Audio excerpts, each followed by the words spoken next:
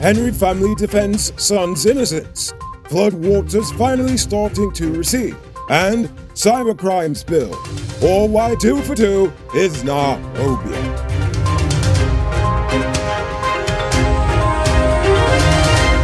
I am Noriko Bulford and welcome to tonight's edition of Uncut News. Just 2 days after Gladstone Henry and 3 others were remanded for the murder of Harish Singh, 10 of his relatives and friends have come out to defend his innocence. In fact, Henry's mother said that when she complained about the lack of a proper investigation into the murder of her other son, Isaiah, the police suddenly moved in and arrested her older son, Gladstone, for Singh's murder.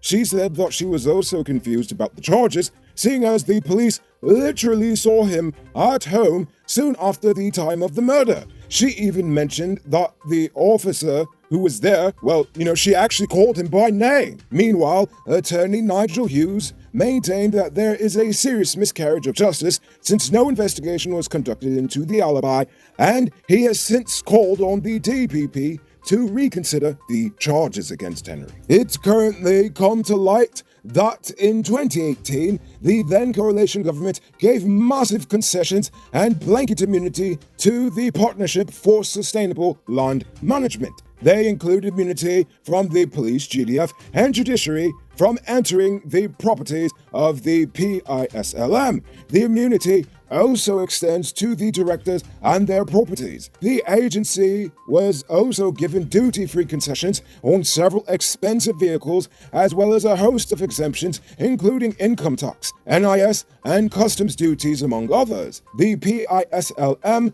was formulated based on a decision made at the Caribbean Sub-Regional Workshop on Land Degradation held in Trinidad and Tobago in February of 2004, which I have absolutely no idea what those words I just said mean. But what I can tell you is that this organization is just some random agency made in Trinidad that was supposed to fulfill a United Nations Sustainable Development Goal, but they have done jack squat of substance since its founding in 2013. The CDC declared that floodwaters in the coastal regions have mostly receded as of yesterday, while there has also been significant improvement in Region 9, where waters have receded from several communities, including Latham. The CDC is also reporting that in the other interior regions, there has been significant drops in the water level. However, all hinterland regions are still experiencing some level of flood waters. The CDC and the Health Ministry have been monitoring across all regions for waterborne diseases, and some minor cases involving rashes and diarrhea have begun to be reported in some areas. Exxon has stated that the upgraded and repaired discharge silencer of the third stage flash gas compressor and other associated equipment was safely installed on the Liza Destiny, and the first phase of testing was successfully completed earlier this week. During the first testing phase, they were able to reduce the flare to pilot levels. The second phase of testing will begin on July 4th. Upon successful completion, the system should be working at 100% full capacity. While this is ongoing, a new redesigned flash compressor is being manufactured in Germany and is expected to arrive in the coming months. Now it's time to tell you about Best Buy's car of the day. Currently on sale is this Nissan Juke. It comes with mag rims, new tires, DVD, stereo, reverse camera, rear spoiler, and much more. Buy cash for $2.9 million or pay down as low as $580,000 with around $66,000 monthly for 4 years, and it's yours. Call or WhatsApp 662-0844 for more info, or visit their showrooms at Lot 171 Pitero Street, Queenstown, or Lot 2 Lamont Street, and tell them Noriko sent you for this sweet, sweet deal. The body of 64-year-old Tashwati Jaglal of Lot 4, No. 3 Village, West Coast, Berbice, was this morning found in her home. According to the police, she lives with her son and his 2 children. The son told police that his children informed him that 3 men had broken into the home and killed Jaglal. It is believed that she was strangled to death.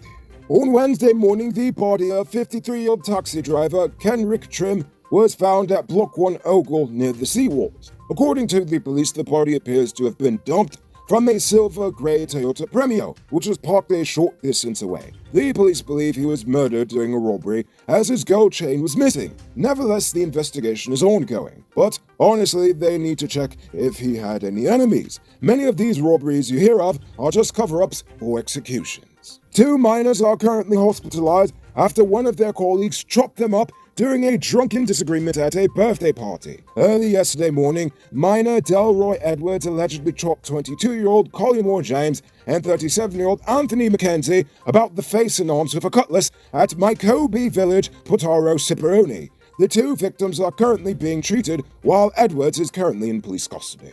Hey Guyanese business people, are you looking for a great way to advertise your business? Search no more. Join one of the fastest growing business directories in Guyana. Register your business on snap.gy and get access to more eyeballs. And wait for the best part, it's absolutely free. Get your business listed today on snap.gy.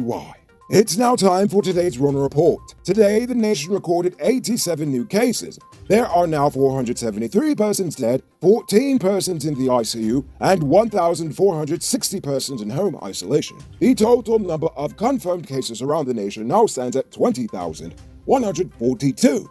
So, please people, wash your hands frequently. Avoid touching your nose and mouth and mask up before you leave the house. When you do leave home, try to avoid enclosed spaces and large crowds. And remember to give 6 feet of space between you and others. Bad news for all you party goers out there, as the national curfew has been extended till the end of July, meaning that you need to be inside your home between the hours of 10:30 p.m. and 4 a.m. unless if you want a ride on the Army bus. A quick cent is better than a slow dollar. Sell Digicel Top-Up and watch your money grow. This is one of the simplest investments you can make to let your money earn you money. Call 685-3109 and get started today. An explosion at the GPL Garden of Eden plant at around 3:30 p.m. today resulted in a temporary blackout across the Demerara-Burpees interconnected system. The power outage, however, resulted in damage to some customers' equipment as power continues to fluctuate throughout some parts of the nation. GPL explained that the engineers suspect that it may have been the result of an old transformer at the plant having exploded. Nevertheless, power has already been restored. Otherwise, you probably wouldn't be watching me now. Ha-ha! And now for our stupid news of the day. You know, the old folks used to say, 2 for 2 is nah obia. So when I heard that Annette Ferguson was being arrested under the cyber crimes bill, all I could think about was 2 for 2. And while I champion free speech, in this case, I couldn't even feel sorry for her, because it's her government's fault the law was even passed in the first place. In fact, several media entities, political parties, honestly, like everyone, including me and your mother, said it was a bad law from the start, and yet it was passed by using their majority in the National Rumshop, also known as Parliament. But if we're talking about stupid news, then the law is even more stupid when you consider the fact that APNU never even used the law, despite it obviously being made to target political enemies. But if you know Jagdeo, you'd know that he'd never waste a chance to knock an opponent down a peg or two, which is what leads us to today. All of this is to say that a smart government should only institute laws that they would be comfortable living under while they are in opposition.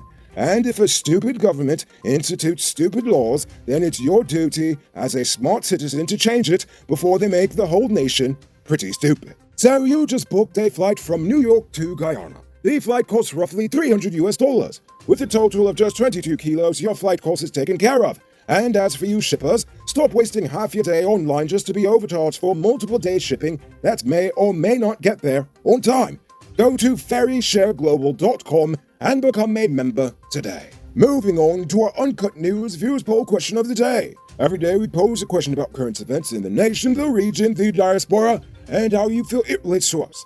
So you give your responses in the comment and we'll read the best ones in the following episode. Yesterday's question was about the Rona vaccine. If you take it, why or why not? Susie Rahim said, I'm among the 100,000 awaiting the second dose of the Sputnik V vaccine. Thanks for staying on top of this. No problem, Susie, and thanks for watching. We'll continue to keep you updated. By the way, 22% of the nation's population so far have been fully vaccinated. And Tarifa Wolford said, I already got both mine, the Sputnik V, months ago. I'm good. Thor Wayne Smith said, I'm getting vaxxed next because I care about my family and my family cares about me, so I advise everyone to think about the other. And finally, Darrell Hicks says, no, I don't feel I'm ready to get a vaccine right now. I feel you do not have enough credible information out there when it comes to us taking a vaccine, especially with this Sputnik vaccine, which the US, Canada, does not recognize. Well, just so you know, the US and Canada doesn't recognize freedom of speech and self-determination for the third world, but hey, who's taking count? So, for tonight's question, do you think the curfew has been effective in fighting the Rona? If not, what else should the government do that they aren't already doing? You know, besides actually enforcing the laws on the books. Think about that question and tell us in the comments below. If your response is good enough, we just might feature it in our next episode. Anyway, that's all the time we have for tonight. Check us out tomorrow for another. Until then, I'm Rico Bulford saying good night, folks. Hey, Uncut News viewers, thanks for watching. You can subscribe by clicking on this button over here, or click over there for more news. You can also drop a comment to let me know if you've made it to the end of the video. Goodbye for now.